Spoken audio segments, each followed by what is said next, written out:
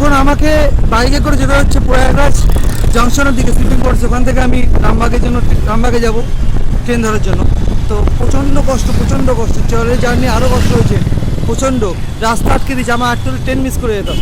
তো বাইকে উঠতে হচ্ছে বাধ্য হয়ে, কিছু করেন, বারে বাইকে উঠতে হচ্ছে। সব কিছু কোনো গাড়ি ঘোড়া যাচ্ছে না, জ্যাম হয়ে আছে। তা একটা বাইক দাদাকে পেয়েছি, তো যাচ্ছি বাইকে করে। এছাড়া কোনো উপায় নেই আর। যদিও ওই অসুবিধ ছাড়বে না, আমার থেকে একটু দূরে ছাড়বে, বন্ধুরা আমাকে হেঁটে যেতে হবে। বন্ধুরা অনেক কষ্ট করে ট্রেন পেয়েছি, আর ট্রেন মিস হতো। 3বার বাইক করতে হচ্ছে, পুরো এলাহাবাদে মানে প্রয়াগরাজে পুরো পাড়া দিয়ে ঘুরেছি, ঠিক আছে। যা তা অবস্থা হয়েছে, ঠিক আছে, আর কিছু বললাম না, যা তা অবস্থা হয়েছে। জাস্ট একটা অভিজ্ঞতা, অন্যরকম অভিজ্ঞতা হলো এটা, স্পেশালি একটা অভিজ্ঞতা না। তো যাই হোক, কোনোভাবে ট্রেনে এসেছি, ঠিক আছে। তোমাদের ট্রেনের ভিতরে দেখাচ্ছি আমি, ওকে। বসেছি, আরএসি আছে, এখন বসে পড়েছি। যাই হোক, সেটা অসুবিধা নেই, বাট বুঝতে পারছি না, প্রচণ্ড বাজে অবস্থা। জানি না ফাঁকা হবে না জানি না। আমি দুপুরে আমি খেতেই পারছি না ঠিক মতো। আগের দিন লাঞ্চ ডিনার করতে পারিনি, আজ দুপুরে খাবার নেওয়া হয়নি, রাত্রে খাবার নেওয়া হয়নি। কী করবো জানি না, জল পর্যন্ত নেওয়া হয়নি, মানে এমন অবস্থা। গতকাল আমি রাত্রিবেলা সাঙ্গামে স্নান করেছিলাম, তারপর আজকে আবার করতে গিয়ে ফেসে গেছিলাম। তো ফিরতে পারছিলাম না, বুঝতে পারিনি এরকম রাস্তা আটকে যাবো। যাই হোক, তো কোনোভাবে ট্রেনটা ধরেছি। So going to my city back Kolkata. যাই হোক, যেখানে যাই না কেন, কলকাতা আসলে একটা আলাদা ফিলিংস লাগে। তোমাদের ভিডিও দেখাচ্ছি আমি, ঠিক আছে। দেখো লোকে কী হয়ে যাচ্ছে, দেখাতে পারছি না উল্টো দিকটা দেখাতে পারছি না, ওকে। এই অবস্থা দেখো, প্রচণ্ড বাজে অবস্থা, বলছি তো।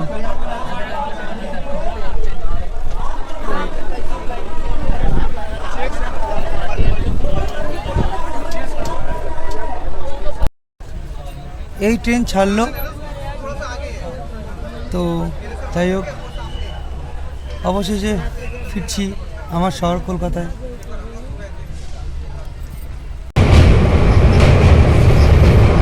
ওই দিকটা স্পোর্ট ক্লাব লেয়ার শো হয়েছিল, ওই দোকানটা স্নান করেছিলাম।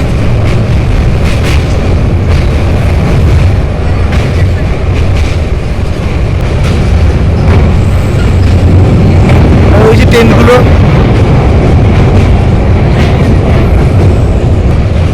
এগুলো হচ্ছে প্রাইভেট টেন্ট।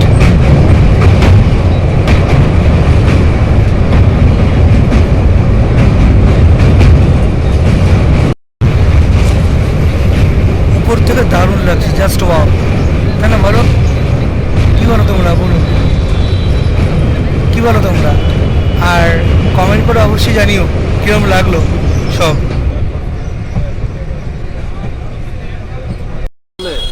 দেখো বন্ধুরা, ট্রেনে কি অবস্থা,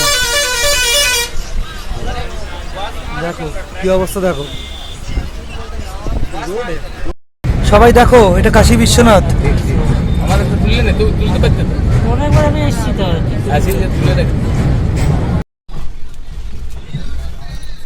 কাল রাত্রিবেলা এক ফোঁটা ঘুম হয়নি, মানে 1 মিনিটও ঘুম হয়নি। ওই নিজের সিট ছিল, কনফার্মই ছিল, তবুও যা অবস্থা, তো ঘুম হয়নি।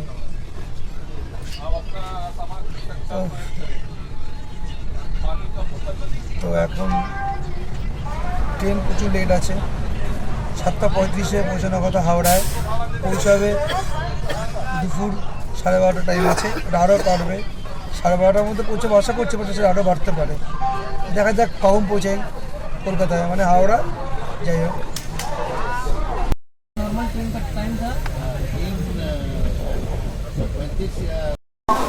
তো বন্ধুরা এখন হাওড়া স্টেশনে পৌঁছালাম।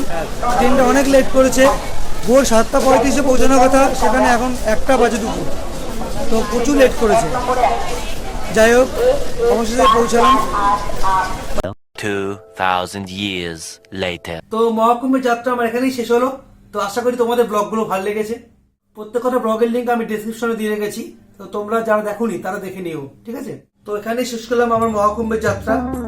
হর হর মহাদেব, হর হর মহাদেব, হর হর মহাদেব, হর হর গঙ্গে, হর হর গঙ্গে, হর হর গঙ্গে। জয় শিব শম্ভু।